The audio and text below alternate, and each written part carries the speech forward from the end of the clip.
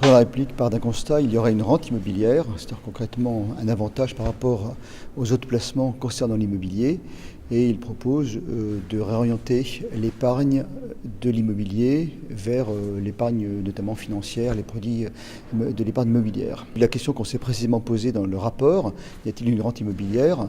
Il faut regarder d'une part les rendements. Concrètement, est-ce que l'immobilier a rapporté plus que les autres placements? Ce que ça montre, c'est qu'à une longue période, l'immobilier se situe dans la moyenne, il ne rapporte pas plus que les actions. Il y a bien un effet de rente, effectivement, pour deux raisons. Le capital est bloqué sur une longue période dans l'immobilier et d'autre part, on a un système qui est assez stable dans le rendement. Mais le rapport pointe deux autres aspects. D'abord, que le prélèvement fiscal sur l'immobilier a suivi la pente des autres prélèvements obligatoires. Et d'autre part, qu'avant même la réforme, l'immobilier était plus taxé finalement que les valeurs mobilières.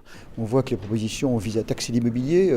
Il y a la réforme de l'ISF qui est remplacée par l'impôt forfaitaire sur la fortune immobilière. Il y a le prélèvement forfaitaire unique qui s'impose aux produits de placement, sauf pour l'immobilier.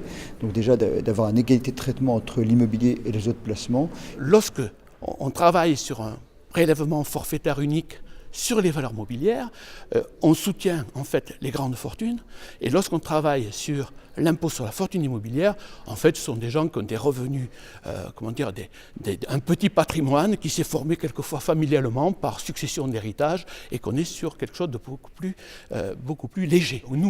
Nous sommes contre le prélèvement forfaitaire unique, nous sommes pour que les revenus du capital soient remis avec les revenus du travail et taxés de la même façon. Et de ce point de vue-là, à ce moment-là, on reste sur une vision ISF traditionnelle et on n'a plus besoin non plus de l'impôt sur la fortune immobilière. Ce rapport il a été fait pour d'abord cibler l'impôt sur la fortune immobilière, nous ne nous trompons pas. Mais toutes les autres conclusions du rapporteur, nous les partageons. Ce sont nos propositions de pistes pour rendre le marché immobilier plus fluide, permettre l'accès au logement. Ce sera tout le débat sur le logement. On consacre beaucoup d'argent en France au logement pour finalement, on le voit, avoir quand même beaucoup de difficultés à se loger. Là, en termes d'emploi, en termes de participation au PIB, l'immobilier représente une part importante de l'économie française.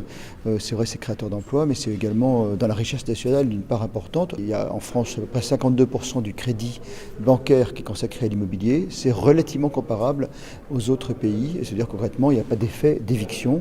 Le fait d'accorder des crédits immobiliers, ce n'est pas pour autant qu'il y a moins de crédits pour les entreprises.